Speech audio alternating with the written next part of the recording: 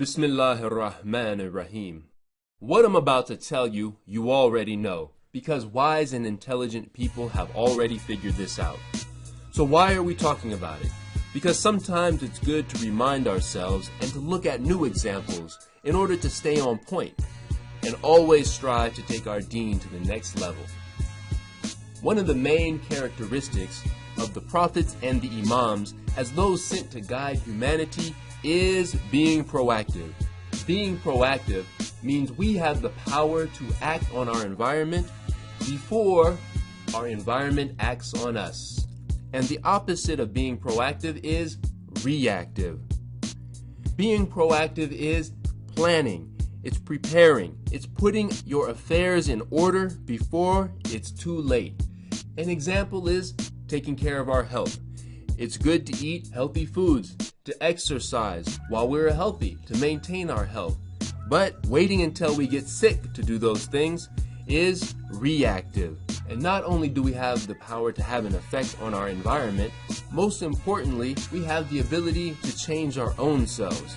And this is the action of a proactive person. This is in contrast to reactive people who allow their environments to determine who they are.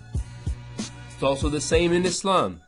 Imam Ali said in the Nahj al-Balagha that you have an opportunity of acting by your own will, but you should act before you are overtaken by difficult circumstances and weakness, before the approach of the inevitable, which is death. Being proactive is a defining characteristic of being human. 25 prophets are mentioned in the Holy Quran, and each one of those prophets came with the intention to teach good morals, to teach good ethics, and most importantly that we hold fast to the belief in the unity of Allah subhanahu wa ta'ala.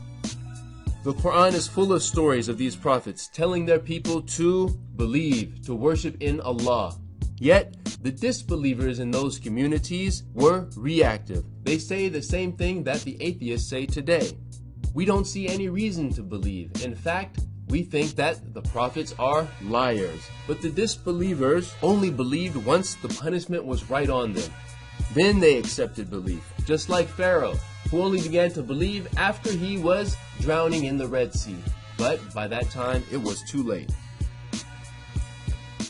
Performing our salat is a proactive action. No one forces us to pray, but yet we place our forehead in the dust, seeking closeness to Allah, while we still have the time to reflect on our life and to add to our list of good deeds.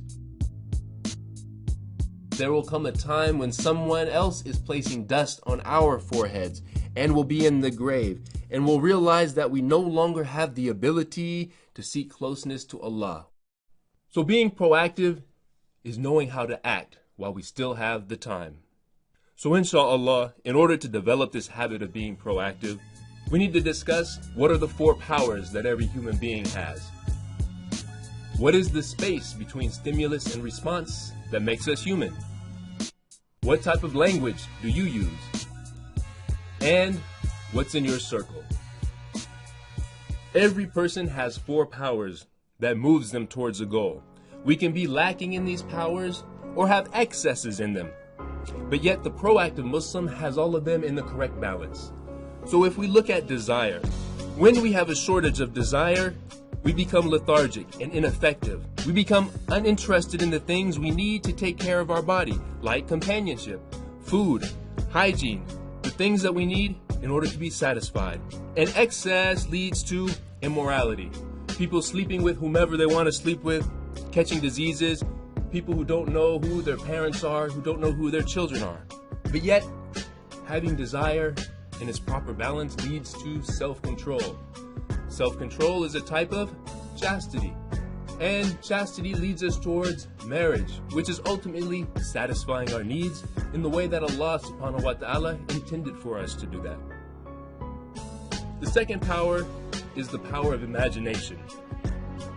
When we lack imagination, we become complacent and hopeless. This is a form of mental slavery. We could be oppressed, we could be taken advantage of by others, but we still accept it. Why?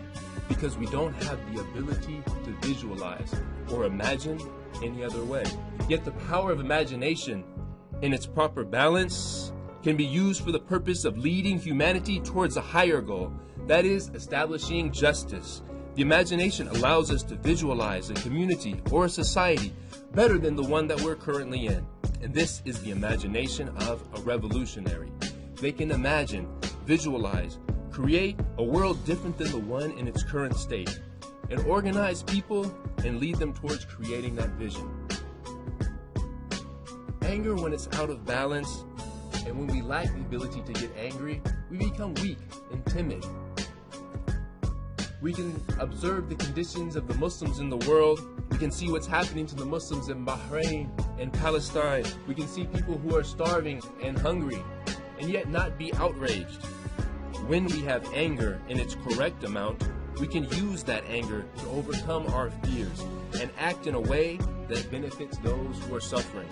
You may not be the type of person that likes to speak out in public, but yet when you observe the oppression that the Muslims, the innocents, are suffering throughout the world, this anger helps you to overcome that fear. And finally, intellect. This is the most important power that we have, because with a well-developed intellect, all of the other faculties can be put into check. And we can use our intelligence to develop and to perfect the other powers that we have. Also, it's the easiest to correct when we're lacking, because we're always surrounded by knowledge.